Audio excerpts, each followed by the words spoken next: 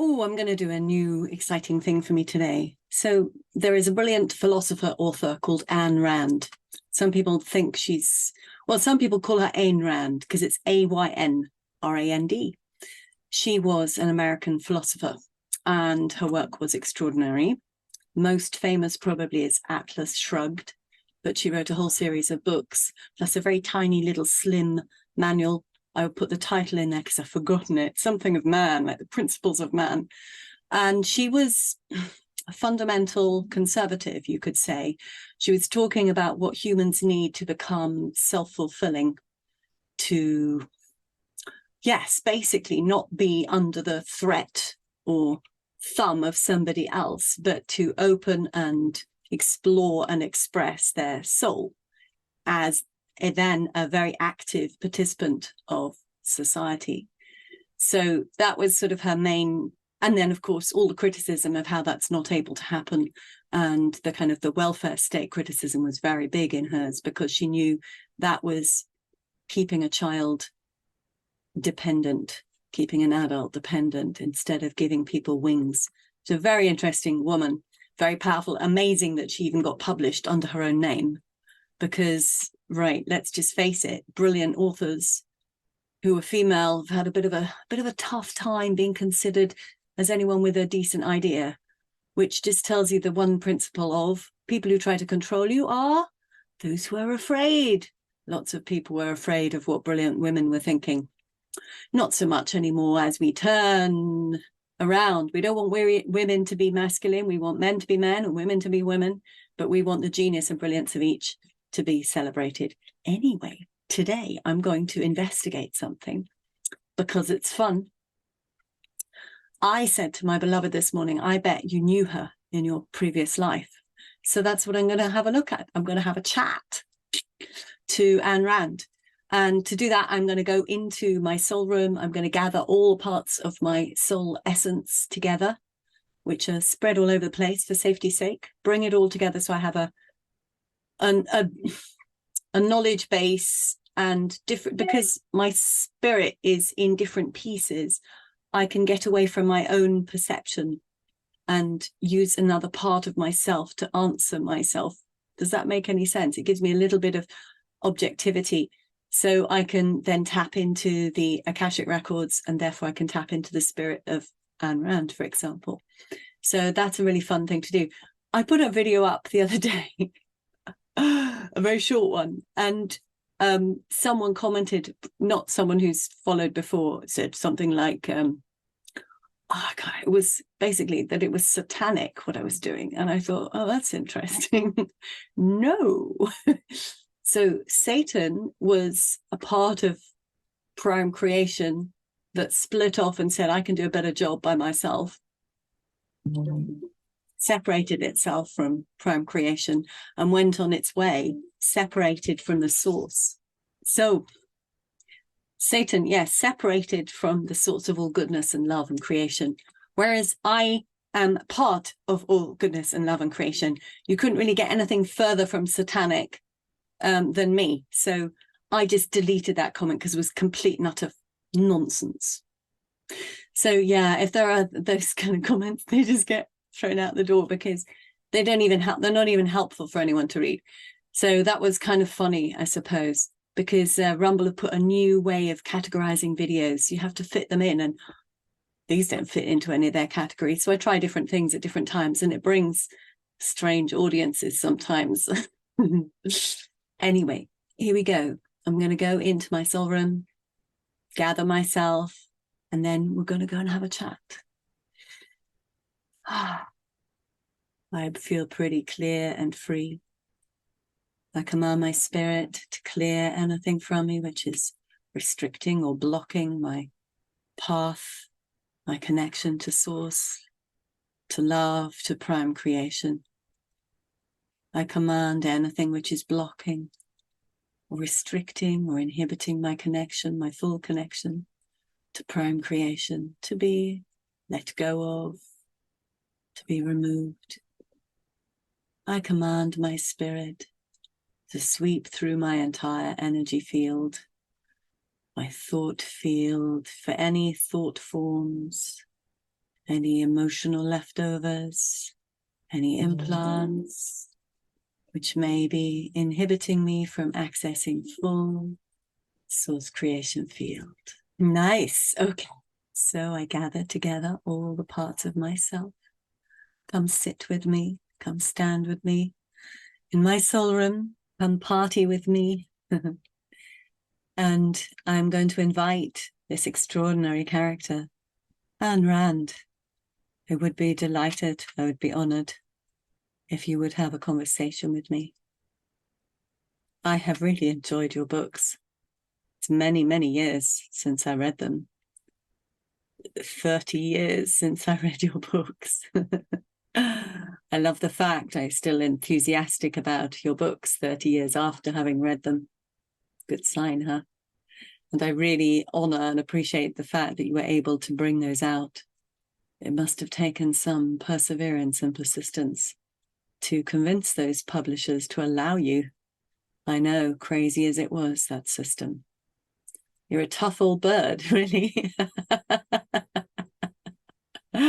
With immense sensitivity too. So I would love to have this conversation with you, maybe about many things, for the time is very interesting to revisit your works, and I hope this will inspire many other people to go and pick up your books and find them again. But my beloved man is a great reader of your work and loves it, and I wanted to know whether you and he had a connection while you were alive in this realm. So I'm going to give you an idea of who he was, and I would welcome any comments you have on that. Correspondence files. I kept many of them, letters that I wrote with particular people. We used to correspond across the airwaves. I don't know where he was from. Cincinnati is the name coming to mind. But I traveled a lot. I lost track of some of these things. There were challenges. I struck chords in many minds. There were young people writing to me from universities, almost shouting at me in their letters. There were warm embraces of loving affection. And then there was the outright dismissal of all I had to say, irate and furious. They all came to me, these letters. I used to bundle them together with string, put them on the side of my desk until I was ready to read them. And there was this letter. He or she, let me see, some sort of a solemn promise or oath. I wonder, because you asked me of this connection. You must look at the dates, and I know that you now understand this strange parallelity of lives. There can be overlap in strange, strange ways. The soul fragments recoalesce together. There was a reaching there, something young about him, hopeful, standing out somehow. I feel the peers were not adequate. There was a requirement of more versatility of thought, a little more agility, a stretching. That's where I came in. And I am fascinated in the way you wrote your work. How would you describe the process of writing your work? I feel it's fairly similar to how I go about writing. I would be very honored if you would share your process a little bit. Collecting data, collecting facts. I was very deep into research. I did talk to many men, the industrialists. I was always badgering them with questions. My father used to find it very strange, this little girl. But I asked and I listened at keyholes and doors and from the floor playing games as a child, and it never really stopped. I collated and collected and observed. And I started to flow these thoughts. They would come like rivers through me, fiery rivers of urgency. I had to get them down. there was no stopping me once I'd started. I would stay there for days at my desk. It was a strange existence. My books, yes, they are thick. Apart from that little book, yes, that has withstood the test of time, although I do believe it's harder to find these days. Banned on many bookshelves. What an honor. And yes, so you ask me about my process. I'm actually finding it quite hard to focus this. It feels like it needs a lot of energy. I command my spirit to give me more clarity and energy to be able to receive and conduct this conversation. To the speed at which I wrote, it was a tremendous speed. As I said, it was like a roaring rush of flame, flaming rivers, not watery rivers. And I would just tumble it out, pour it through, pour it out, pour it out, pour it out. The later stages were the sifting and refining and coloring at the edges, shaping, tidying, finding out the strands that had revealed themselves. It would spill out this necessary processing of all the thoughts of my life, threading, weaving, braiding together. They would come out of these stories, these characters, each carrying a message, each character carrying a message. That's how I wished it to be, symbolically understood to represent various entities and aspects of our lives. You could see them this way, disseminate my books in that manner. That's why I use such large mythic titles. I wanted the mythical aspect, the symbolic, to be associated. And I believe that is what your young follower found. A Greek student, some studying of mythology, I believe. Something to do with, oh yes, the ancient democracy systems. He was studying these, the Athenian lines, Paracelsus, Aristotle, Plato. These were the characters holding fast in his mind, and he was curious of what I was doing, running the parallels, I believe, in his own mind. It was an interesting correspondence, slim but shy, I believe he was. Holding back a little, perhaps a little in awe of my stature. I'm sure I was much, much older. The older woman is quite a tricky character to approach as a younger man, even now. And you have actually a message for now. In this world we are moving through, this part of us, this movement of which I am a part, let's say, a joined factor, that we are pushing through a new kind of world, allowing it, not really pushing it, more like a birthing of a new, free, clear, true world. And all of these layers of insidious deception, peeling off, cutting off, shooting off, firing off, removing, letting slip and fall. How would you comment on our now, and perhaps even from now forward, how we can continue and maybe even apply your knowledge? Ripe time, it is ripe. The gathering of the like-minded souls is the time for this, and you do have that mechanism. We could not shout that far previously. We had the newspapers, you don't have those anymore. Those have been definitely removed from your sphere, overtaken, shall we say. But you have this thing, this wireless thing, where you speak, and yes, you're not heard here, but then you speak here, and you can speak again and again. No matter how many times they shut you off, you can pop up again like Jack in a box. Their crude calculations don't accommodate this rabbit warren mentality that you humans have had to develop in your underground systems, attempting to be free. It's quite marvelous to watch you. The line in the sand drawn is a great one.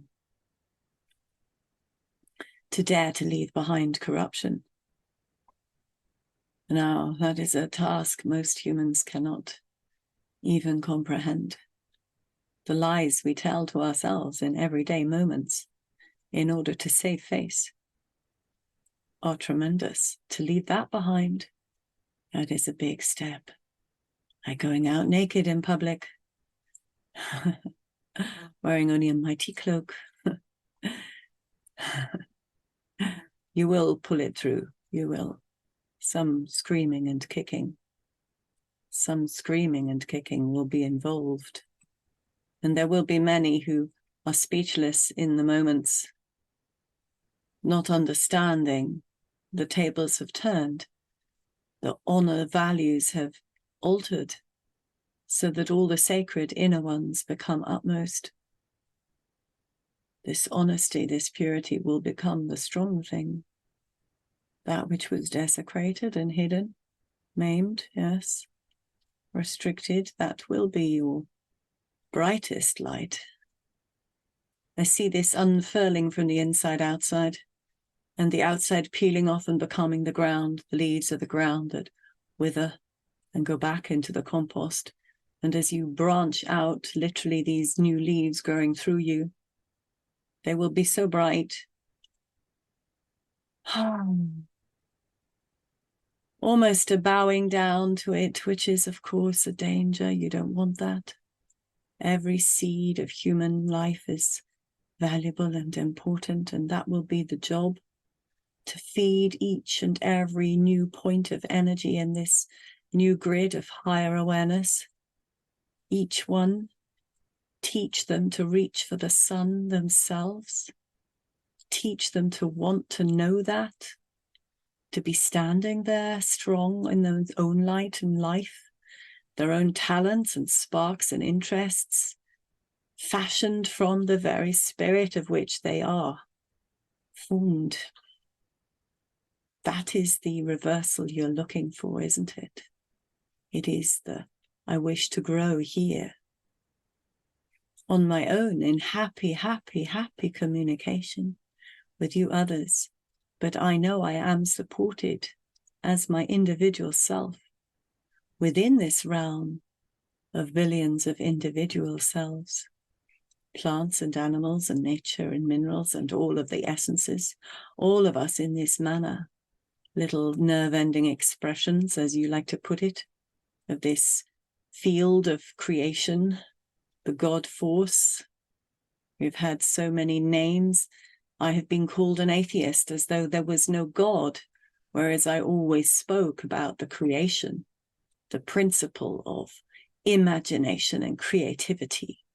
Where does that come from? But from an intelligent field, an intelligent source. This is the pioneering. I see this grid, this network of these souls allowing themselves to plant into the body of the earth, also knowing of what they are, and thus they hold this new grid. It is a new grid. It will be a new grid. The telepathic grid, you like to call it sometimes, but I see it literally as gold filaments connecting each and every one. This is the new grid. It is a symbiotic awareness, and yet firmly established as individuals. Oh, adoring and loving each other. Yes, feeding each other with that essence. But this remarkable codependency you have lapsed into, that kind of filth will be removed. It is just the awareness of this energy into which you are plugged field in. There you are, there you stand. You are this mechanism for conducting this energy through you, into you, out of you, amongst you, all of you, each one of you, worthy of doing this challenge, this spreading of the information, of the resources. This is your new earth, an awareness of your own personal power, talents, receivings, this holding responsible for who and what you are, this knowing that that can in itself be an infinite field, and extraordinarily, though you are but one amongst many, everything may be unique. This is the phenomenal quality which has been deeply hidden from you. You are linked to infinite. Hold that for a moment. That was covered, hidden, and obscured. This is the new world, the awakening. Remember, each of you has this right. The spirit is that. It is a doorway to the infinite. And once you know this, you fully know this. He knows this. You know this.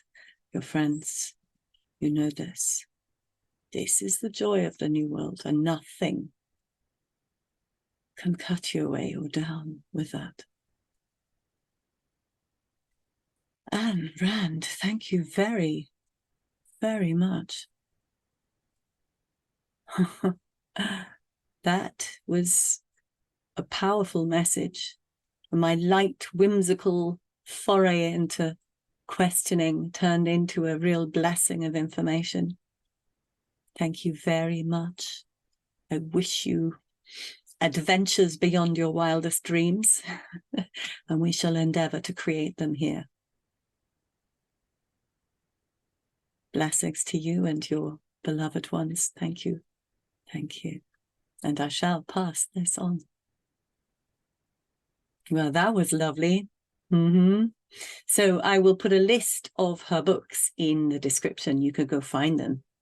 And you may have to dig them up because some of them have been banned, which is actually a very good sign.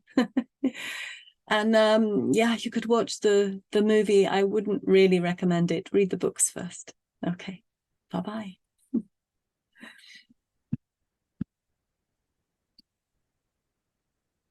Activating human potential.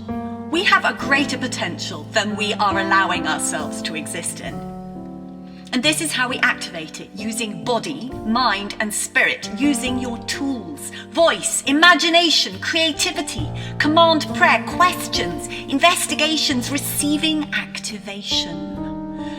In these videos, I inspire you to explore your own investigations, solutions, and techniques, body, mind, and spirit, training you to actively create our new earth. What you speak, think, do, eat, grow, listen to, watch, feel, touch, appreciate becomes our future earth. We have the potential within us to create anything using our God-given body, mind, and spirit.